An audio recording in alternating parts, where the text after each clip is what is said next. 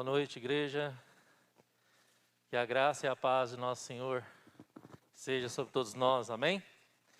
Glória a Deus, aleluia, louvado seja Deus, amém. Glória a Deus.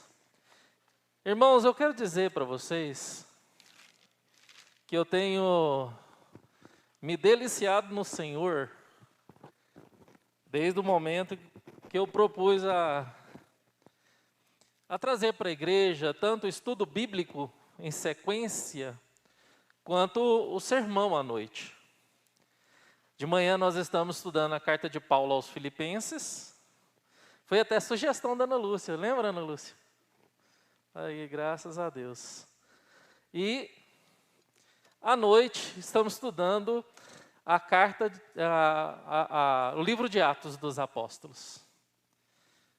Gente, sabendo, irmãos, que é de suma importância ao olharmos para a gênese da igreja, para que a gente possa ajustar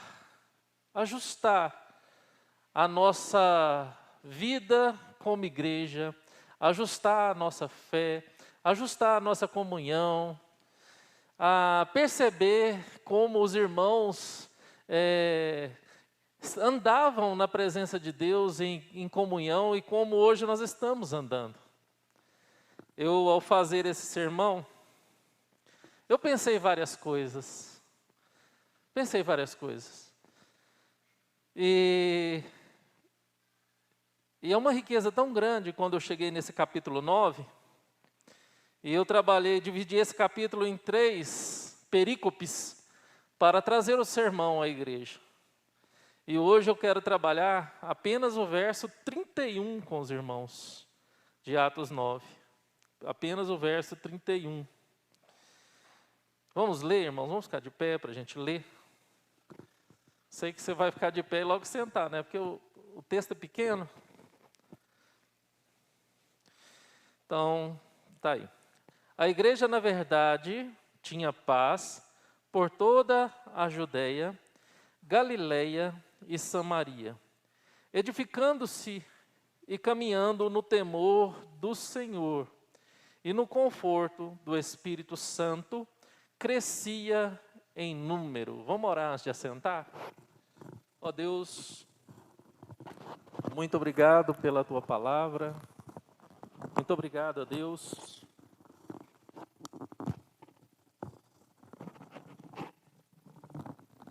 Muito obrigado, ó Deus, pela ação do Teu Espírito Santo em nossas vidas.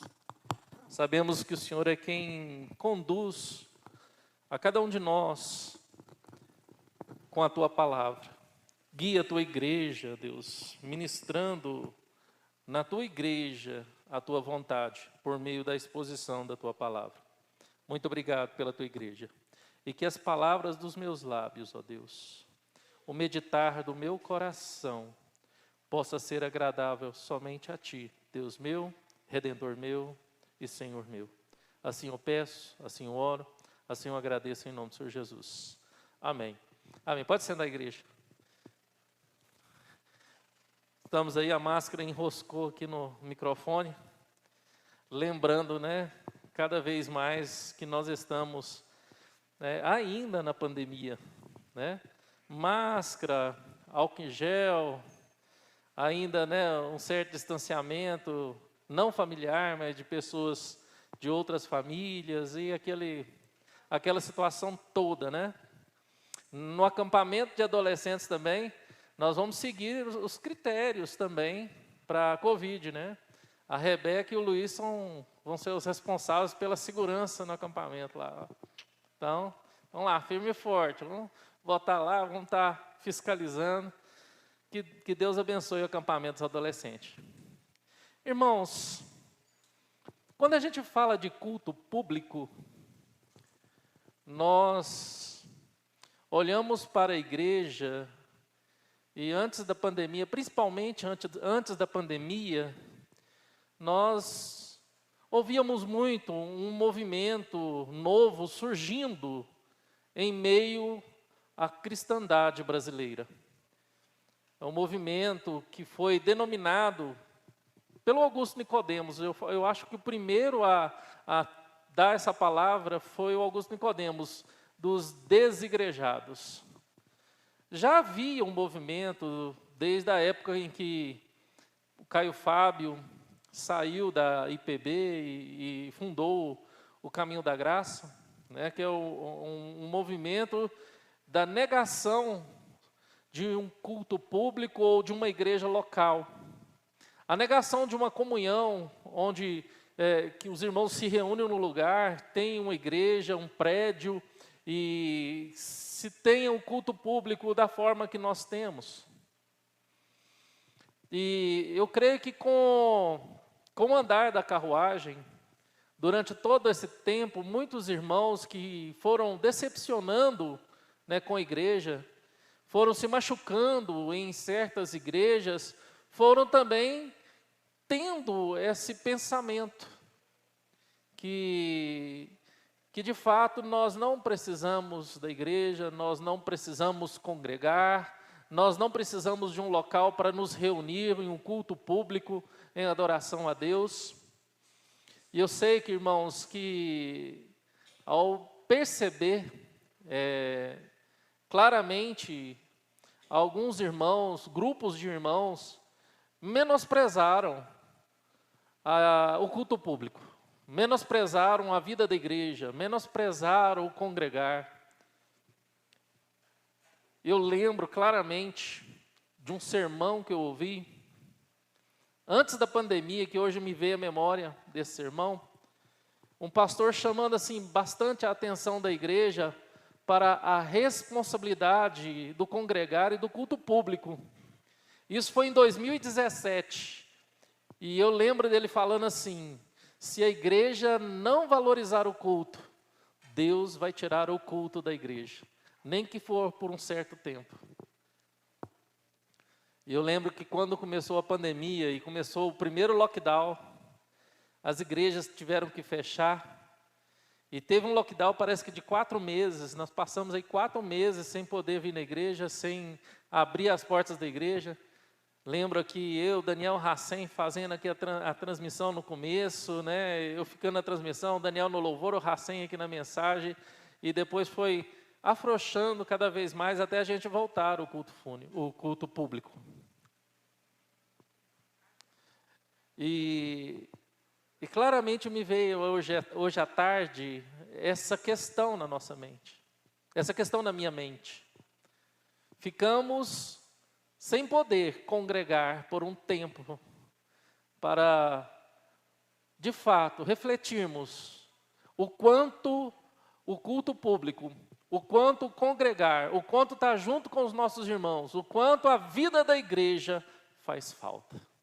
Eu tenho certeza absoluta que tanto dos irmãos que sempre valorizaram o congregar e a vida da igreja, quanto também aqueles que eram dos mochileiros da fé ou dos desigrejados, sentiram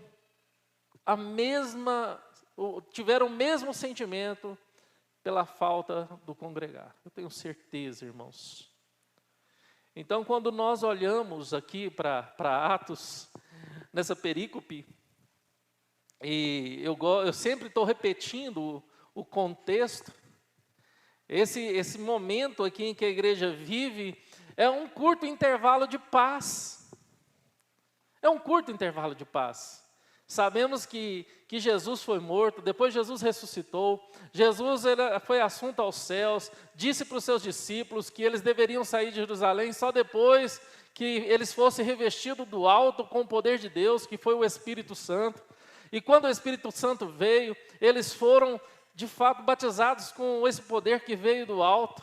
E aí a igreja começou com 120, o primeiro sermão de Pedro já teve 3.000 pessoas convertidas, o segundo sermão de Pedro, 5.000 pessoas convertidas, e aí Paulo se converteu, Paulo perseguia a igreja cruelmente, ele consentiu na morte de Estevão, e a igreja sendo perseguida por Saulo, ele pedia carta aos líderes judeus, e para autoridades romanas para irem ao encontro daqueles que pregavam a Cristo, aqueles que eram discípulos do Senhor Jesus, para que fossem arrastados e pagassem pelas heresias que supostamente ele acreditava que era heresia. E numa dessas suas empreitadas para Damasco, para trazer preso os discípulos de Cristo, ele teve um encontro com Jesus. Ali a gente sabe que ele foi para Damasco, teve um encontro com Ananias, ali ele ficou pregando a palavra de Deus, convertido, até que os judeus tramaram contra a vida de Paulo. E a Bíblia diz que tiveram que descer ele pelo um cesto pela muralha, pelos muros de Damasco. E aí ele foi para onde? Ele foi para Jerusalém, para a igreja de Jerusalém. Chegou em Jerusalém, a mesma coisa. Os judeus de Jerusalém tramaram contra a vida de Paulo. Os discípulos o pegaram, foram para Cesareia, até o porto, e mandaram Paulo de volta para casa, para Tarso. E lá ele fica até o capítulo 11, o verso 25, quando nós vamos ouvir falar de novo de Paulo. E quando tudo isso passa, agora, Lucas, ele traz uma ênfase.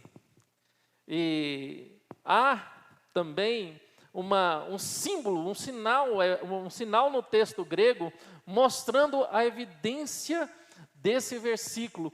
Tanto é que a Sociedade Bíblica do Brasil colocou esse versículo isolado do verso 26 e do verso 29, do verso 30 e do verso 32. E colocou como título: A Igreja Cresce. Olha que interessante, Lucas agora para todo o seu relato para falar que a igreja tinha paz. Que maravilha, irmãos. A igreja agora tinha paz. A olhar quanto a igreja foi perseguida, a olhar desde o Antigo Testamento, quando Caim matou Abel por ciúmes de um culto que Deus aceitou de Abel. Abel ofereceu um culto a Deus, uma oferta a Deus, agradável, um culto ao Senhor. E esse culto foi agradável a Deus. Esse culto foi agradável a Deus, e Caim com ciúmes, porque o seu culto não foi agradável a Deus, por não ser um culto sincero. Caim agora mata Abel. E ele dá sequência a uma geração que a Bíblia fala de filhos dos homens. E aonde começa esses filhos dos homens perseguirem quem? Os filhos de Deus. Começa a perseguição da igreja logo no Antigo Testamento. E nós vemos que depois a Bíblia fala que Caim deitou-se com Eva novamente e teve um filho que chamou Sete. E depois Sete teve um filho que chamou Enos, e passou de novo a cultuar a Deus e adorar a Deus. Novamente cultuando a Deus e adorando a Deus, e não deixando de ser perseguido. Quando vamos para Abraão, vemos a perseguição a Abraão, vemos a perseguição às descendências de Abraão, vemos a perseguição a José, pelos seus próprios irmãos, porque era um homem escolhido por Deus para trazer livramento à igreja, ao povo de Deus no Antigo Testamento. Vemos quando Faraó e todo o Egito esquece do que José fez, o povo de Deus é perseguido novamente no Egito, massacrado, a um ponto que ele tem que clamar a Deus e falar: Pai, Deus, olha para a nossa dor, olha para o nosso sofrimento, nos socorre. Não aguentamos mais tamanho sofrimento no Egito, e a Bíblia diz que Deus ouve a voz e o clamor daquele povo. E Deus manda um libertador, que também foi salvo pela mão de Deus, quando houve um decreto de Faraó, que mandou matar todas as crianças abaixo de 2 anos. E Moisés foi colocado numa cesta de vime e foi criado pela filha do Faraó, como de fato um egípcio. E ali Deus chamou a Moisés e deu todo o livramento, foi para o deserto, abriu o Mar Vermelho, foi perseguido, eles foram perseguidos como povo de Deus, e se você olhar o Antigo Testamento todinho, o povo de Deus foi perseguido e não teve paz. Não teve paz. E chegamos no Novo Testamento, olhamos para Jesus, o leão da tribo de Judá, a semente de Davi, que também foi perseguido, foi morto, mas ressuscitou. E ali instituiu a nova aliança no seu sangue, a sua nova igreja, o seu novo povo, o sacerdócio real, a sua propriedade exclusiva, a sua igreja, que sou eu e que é você, que somos nós, que temos o prazer, a alegria, a satisfação de nos encontrar aqui, todos os domingos, à noite ou de manhã, ou nas quartas-feiras na oração, para cultuar a Deus. Porque, irmãos, no Brasil nós temos paz. Nós não somos perseguidos por cultuar a Deus. Nós não temos policiais na porta da igreja para nos impedir de entrar na igreja. Nós não temos perseguição como esse povo sofreu, perseguido aqui no Antigo Testamento, no Novo Testamento, como os países da janela 10 por 40, os países que não aceitam o cristianismo ou qualquer outra religião que não seja a deles. Estava assistindo uma reportagem sobre a Coreia do Norte, e nessa reportagem, foi no domingo da Record lá, eles entrevistaram um norte-coreano que fugiu da Coreia do Norte. E hoje ele se encontra na Malásia. E ele falando que lá na Coreia do Norte, eles têm que adorar ao seu líder, e como se ele fosse Deus. Tem que ajoelhar, tem que adorar, tem que se prostrar diante da estátua dele, né? E de toda a família. Então, eles têm que adorar apenas o líder lá, que eu esqueci o nome dele agora. Kim Jong-un. Tem que adorar Kim Jong-un como se fosse um Deus. E na época da igreja não era diferente. Porque o imperador romano, ele tinha uma cidade que tinha um templo, porque onde ele era adorado e ele era venerado. Todo o imperador romano, ele era considerado como um Deus. E tinha que se prestar culto a eles. Aí a igreja se vê num contexto, irmãos. Num contexto, sendo perseguida pelos judeus, que não aceitava os discípulos de Cristo, não aceitava agora aquilo que Jesus veio oferecer, e sendo perseguido pelos próprios romanos. Pelos próprios romanos.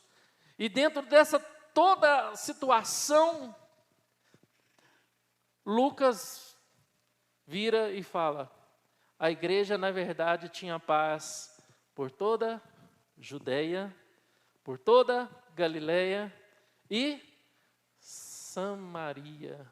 Eu vejo, irmãos, que houve um poder sobrenatural de Deus para que houvesse paz durante esse tempo em que Lucas enfatiza aqui. Quando Jesus disse aos seus discípulos: ide por todo o mundo e pregai o evangelho a toda criatura, começando por Jerusalém, Samaria e a Judéia, e até aos confins da terra. A igreja precisava ter uma base sólida, a igreja precisava ter um firmamento, a igreja precisava se preparar para atingir os confins da terra.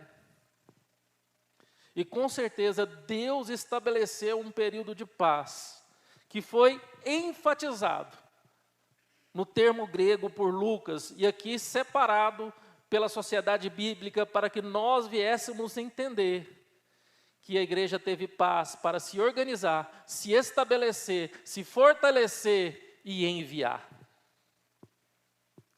Irmãos, trazendo isso para a nossa realidade, o quanto é difícil passar por tribulações, na vida, o quanto é difícil passar por momentos delicados e difíceis na família, o quanto é doloroso a gente estar preocupado com um filho doente, uma esposa doente, um marido desempregado, o quanto é difícil, o quanto rouba a paz passar por momentos tribulosos na vida, o quanto as preocupações, sejam elas quais forem, têm o poder de roubar a nossa paz. Tem o poder de roubar a nossa paz. E nas tribulações, nas angústias, nas adversidades, em meio a tanto sufoco da vida, o que a igreja faz? O que nós fazemos como igreja? Nós clamamos, nós ajoelhamos, nós choramos na presença de Deus, nós falamos: Senhor, me socorre, Senhor, me livra, Deus cura.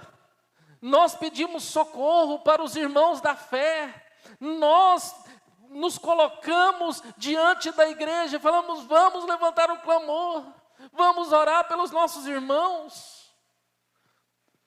E nós nos unimos em prol das causas diversas, dos sofrimentos diversos de muitas pessoas.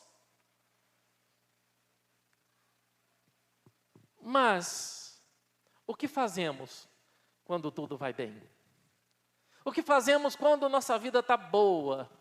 Nós estamos na maré boa, estamos na bonança, sombra e água fresca. O que é que nós fazemos? O que você faz quando tudo vai bem na sua vida?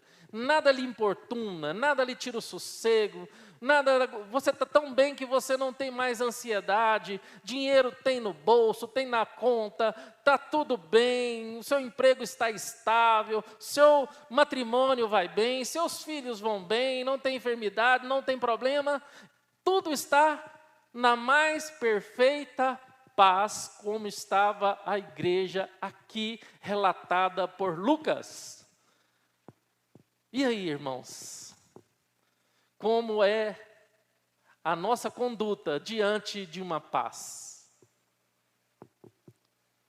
Olha que interessante percebermos que quando a igreja tinha paz por toda a Judéia, Galiléia e Samaria, o que acontecia com a igreja?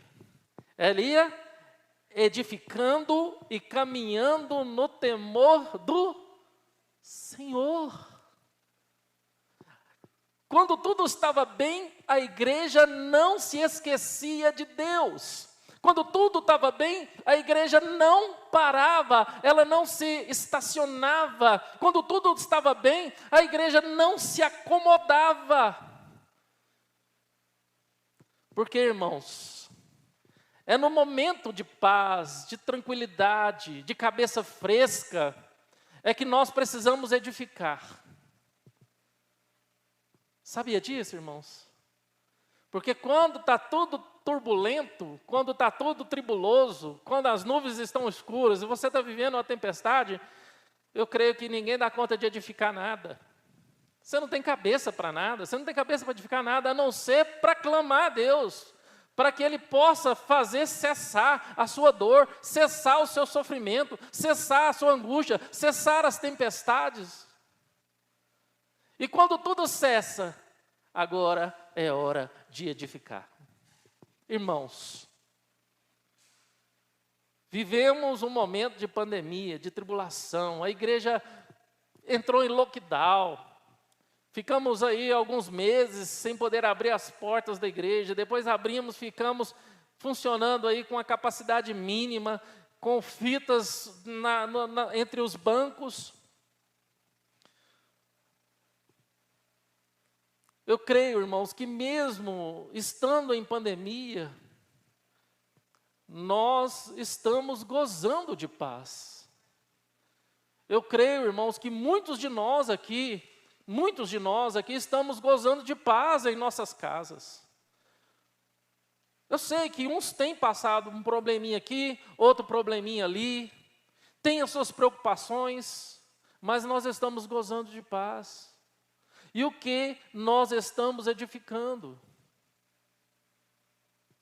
Olha que Lucas enfatiza, edificando no temor do Senhor.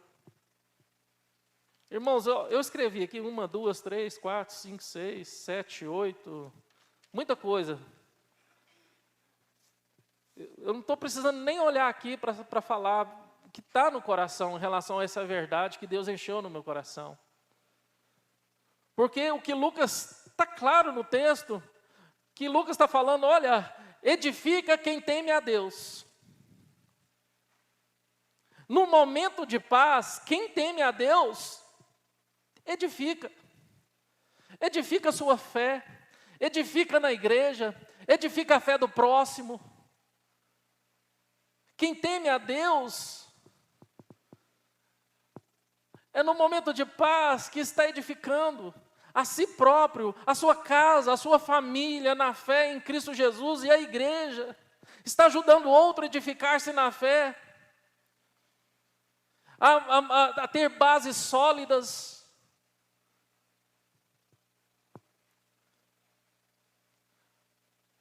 Irmãos,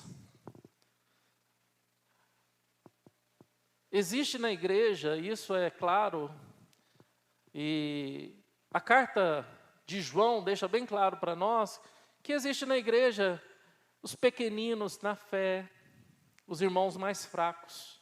Existe na igreja os jovens na fé, que são afoitos e dão a cara para bater e tal. Existe na igreja os pais na fé. Existe na igreja os anciões. São as pessoas mais vividas, mais experientes com Deus. E claramente, irmãos, olhando nessa categoria, nós que temos de fato o temor a Deus, que é um respeito reverente a Deus, proveniente de um amor sincero e verdadeiro e um conhecimento de quem Deus é. Isso é temor? Interessante que, ao fazer uma breve exegese aqui do termo temor, o primeiro texto cruzado que a exegese condicionou foi lá em Êxodo 20, quando Moisés estava no Monte Sinai recebendo as tábuas, recebendo os 10 mandamentos. Ali as tábuas dos 10 mandamentos, e havia trovão, escureceu o céu, e o povo temeu a Deus.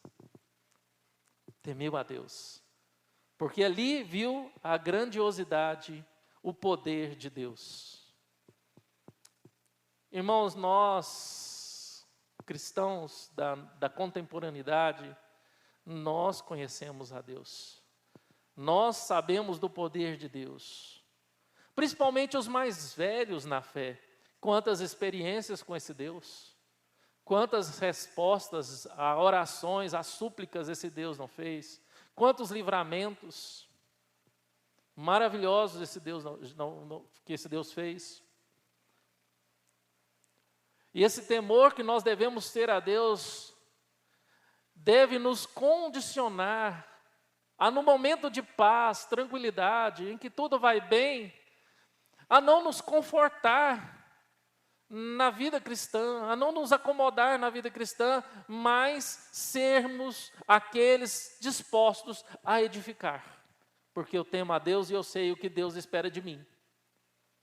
Se Deus deu paz à igreja em Jerusalém, Samaria, Galileia,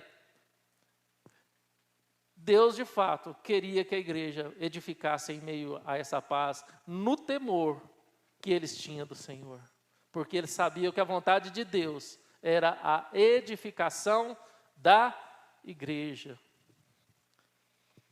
Olha que questão tão séria, irmãos. Será que nós entendemos de fato o que é ser uma igreja? Será que nós olhamos para esse local onde nós estamos, olhamos para esse púlpito, esse símbolo aqui que tem aqui na frente da sarça, né, que tem a pomba, e hoje nem tem a pomba mais, a pomba voou, só ficou a sarça. Uns brincam, falam que é alface, né?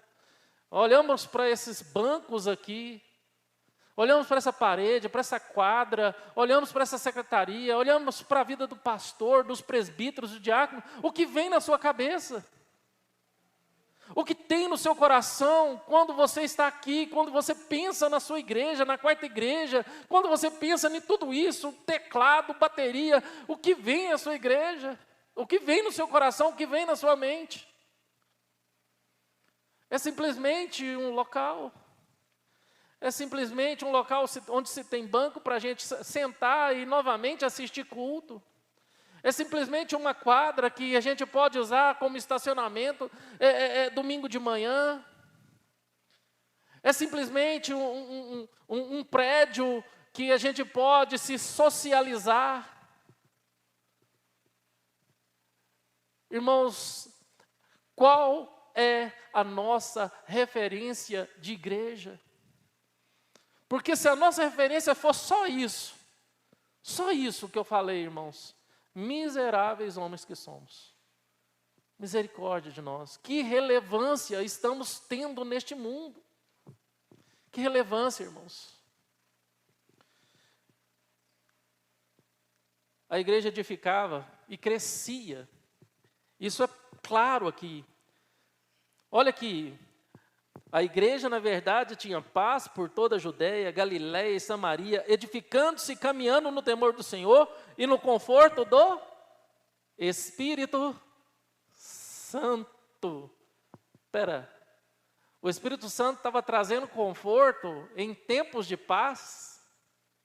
Mas que paz é essa? Que paz é essa? A gente sabe que os atributos do Espírito Santo é consolo, é conforto, é assistência, né? A gente sabe que são atributos, né? Dado ali a terceira pessoa da Trindade. Mas agora, Lucas ele enfatiza agora que a igreja tinha paz, mas era confortada pelo Espírito Santo. Alguns comentaristas, como Carson, Jay Adams e outros, falam que o Espírito Santo confortava, encorajando a igreja. E outras traduções, como a Bíblia King James, tira a palavra conforto e coloca encorajamento. Porque para edificar, irmãos, é necessário ter coragem. Para edificar, é necessário sair da zona de conforto. Para edificar, é necessário, irmãos, sair do stand-by. Para edificar, é necessário você se despir de todos os conceitos e valores que você criou durante toda a sua jornada religiosa, em relação à igreja, em relação a culto, em relação a membros, a grupos religiosos. Para edificar é necessário você ter coragem de enfrentar todos os seus paradigmas e preconceitos, prejuízos, juízos antecipados. É necessário você mudar a sua cosmovisão, a sua visão de mundo, que é totalmente forçada e condicionada por tudo o que você viveu, por tudo o que você leu, por tudo que você assistiu, a ser resistente. A ser resistente, irmãos. E Jesus, ele trabalha esse encorajamento, essa edificação, claramente quando ele fala que ele é o cabeça da igreja, nós somos parte do seu corpo. Irmãos, olha para o seu corpo, olha para as suas mãos, olha, você tem 10 dedos, cada um desses dedos, né, para quem está estudando medicina, tá, e a Scarlett, né, as nossas irmãs aqui que estudam medicina, né, sabe que tem uma função. Cada órgão do nosso corpo tem uma função, até aqueles que a gente acha que não tem, né, que a gente gosta de tirar, né, como o apêndice, né, tem gente que eu não vou tirar meu apêndice antes que ele dá problema. Tem. Deus criou todas as coisas perfeitas e tudo tem um propósito. Tudo que Deus criou tem um propósito. Irmãos,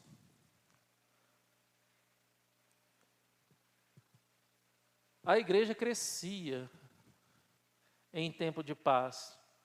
Primeiro, porque a igreja conhecia quem era Deus e temia esse Deus. Temia esse Deus. A igreja era encorajada pelo Espírito Santo.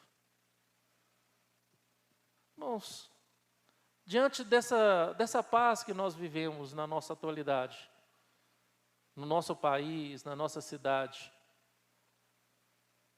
o que temos feito em prol do reino de Deus, nessa pequena célula desse grande corpo de Cristo, quarta igreja?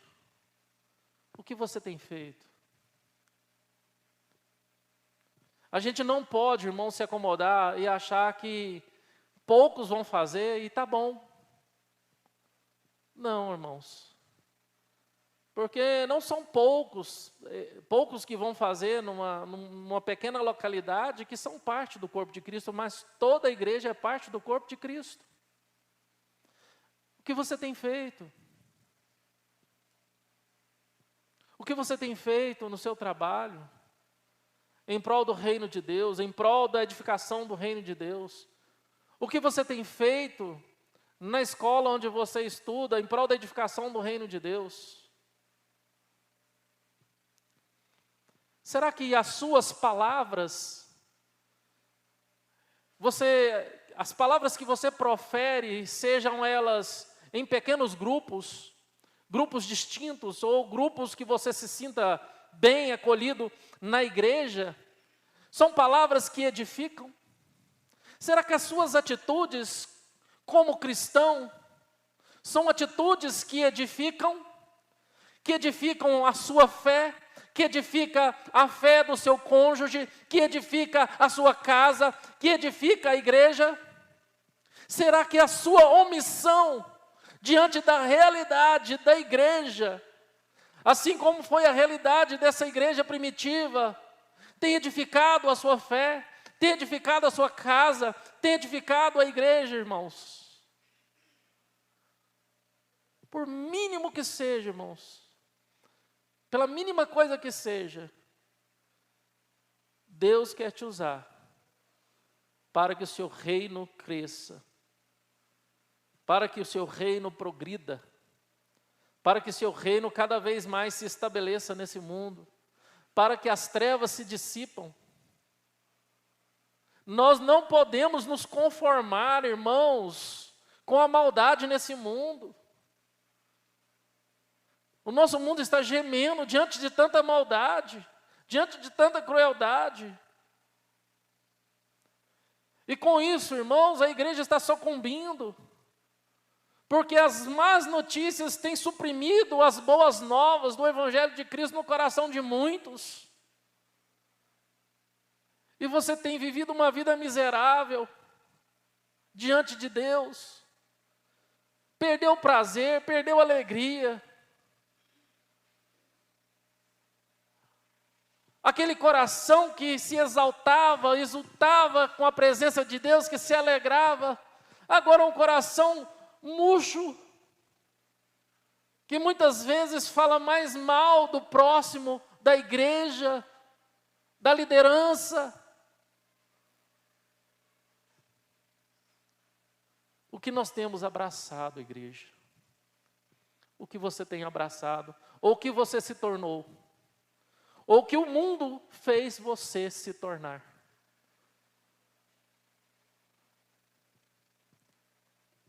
Quando eu era novo convertido,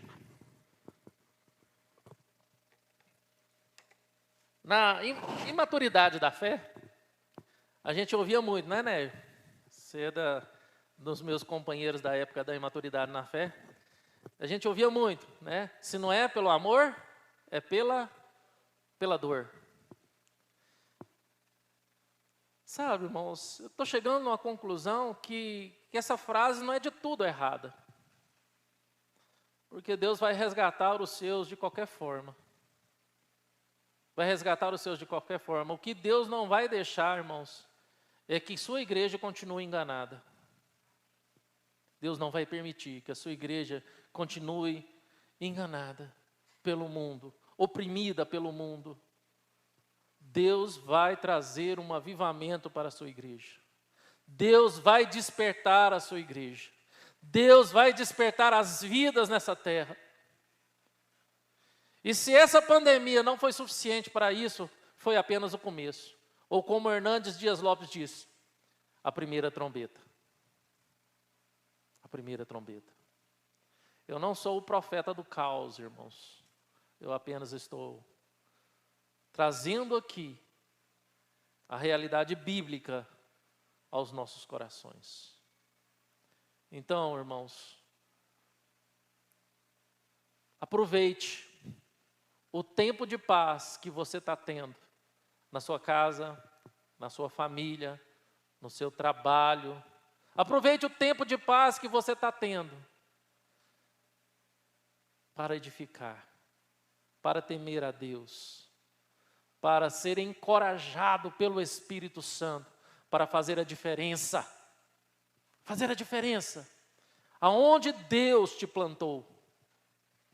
Não se conformando com este mundo, de forma alguma, não entrando na conversa desse mundo, não dançando o ritmo que esse mundo quer que você dança, se tornando uma marionete na mão desse mundo, ou na mão do diabo,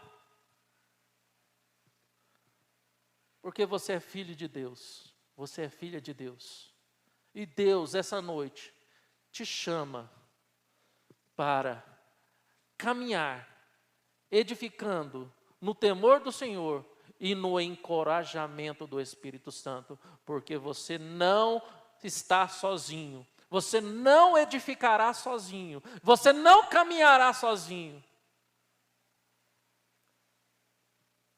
Aí sim, meus irmãos, a igreja vai crescer em qualidade e quantidade.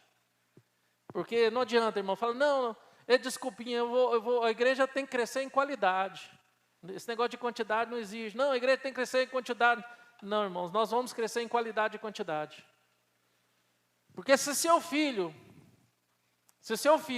criança, ele nunca cresce, passa anos e anos, ele continua do mesmo tamanho, e eu perguntar para você, e aí, mas seu filho está com 9 anos, mas tem o mesmo tamanho de que quando ele tinha 2, você não vai falar para mim assim, não, meu filho ele está crescendo em qualidade. Ele não está crescendo em quantidade de altura, não, mas está em qualidade. Você vai preocupar, você vai atrás do médico. Né? Eu acompanhei na igreja que eu era pastor antes, lá na outra igreja, Setor Sul, 2 casos assim, que os irmãos foram atrás, os meninos teve que tomar hormônio do crescimento, teve para desenvolver. Conseguiram. Então, irmãos, só que isso não vai acontecer de forma natural. Né? Não vai acontecer de forma que você vai assim, vai acontecer de qualquer jeito. Não. Deus quer te usar. Deus quer usar seus dons e talentos. Está na hora de você desvencilhar de tudo o que tem te atrapalhado. Seja os seus conceitos de valores pessoais em relação às coisas, pessoas e circunstâncias. Independente de qualquer coisa, você precisa desvencilhar disso e ser parte de uma igreja pujante, que vai crescer e fazer a diferença nessa terra. Nós precisamos fazer essa diferença, irmãos. Seja em grupo, em comunidade, aqui nessa igreja local, como quarta igreja presbiteriana, seja você como parte do corpo de Cristo, aonde você estiver. Irmãos, nós estamos com desafios. Nós temos aí projetos que estão representando, que a igreja, a quarta igreja está sendo representada. Nós temos o projeto que a quarta igreja está sendo representada através do pastor Hacem lá no Vale das Laranjeiras. Nós temos projetos sociais maravilhosos de evangelização que a quarta igreja está sendo representada lá no Paraná, através da missionária Faidme e da missionária Linda. Nós temos agora projeto que queremos estabelecer na igreja do tênis de mesa. Nós temos um projeto que nós estamos trazendo para cá, porque as portas de outra igreja se fechou para ela, que é o projeto Ictus, que é evangelizando através do jiu-jitsu, que vai ter na quadra da igreja todas as terças e quintas-feiras. Que você poderá matricular seus filhos vão poder trazer os amigos deles para aprender jiu-jitsu aqui na quadra da igreja. Pessoas que estão ensinando, mas estão ensinando honra, estão ensinando a palavra de Deus. Começou com o pastor Gabriel Medeiros, ali no bairro de Lourdes, e agora nós estamos abraçando esse projeto Ictus. Esteja orando, irmãos, para que a nossa igreja venha a ser uma igreja que faça a diferença neste bairro, nesta cidade, e no Brasil e no mundo. Não por vaidade, mera vaidade, porque queremos o nosso nome, não, para que o Senhor Jesus cresça e nós venhamos nos diminuir. Porque assim estaremos edificando, não o nosso nome, mas o reino de Deus e o nome de Cristo. Amém? Feche seus olhos. Gostaria de orar por esse momento. Ó Senhor Deus, essa palavra nos confronta, Pai. Essa palavra nos coloca um grande desafio em nossas vidas. Estamos diante de vários desafios. Estamos diante de um desafio de um acampamento de adolescentes. Estamos diante de desafio, ó Deus, de um trabalho com jovens e adolescentes, departamento infantil, ministério de música, crianças. Estamos diante de desafios diversos, como o Paraná, Vale das Laranjeiras, o projeto Tênis de Mesa, do Jiu-Jitsu, ó Deus. Ajude, ó Deus, para que, de fato, todos esses projetos venham, ó Deus, edificar, ó Deus, o Teu reino, o Teu nome, para que o Senhor cada vez mais cresça e nós venhamos nos diminuir, ó Deus. Porque sabemos, ó Pai, o que importa, o que verdadeiramente importa e deve importar para nós que somos a Tua igreja, é o Teu reino e a Tua justiça. E as demais coisas, sabemos que nos serão acrescentadas. Muito obrigado pela Tua palavra, ó Deus. Eu te louvo e te agradeço, ó Deus.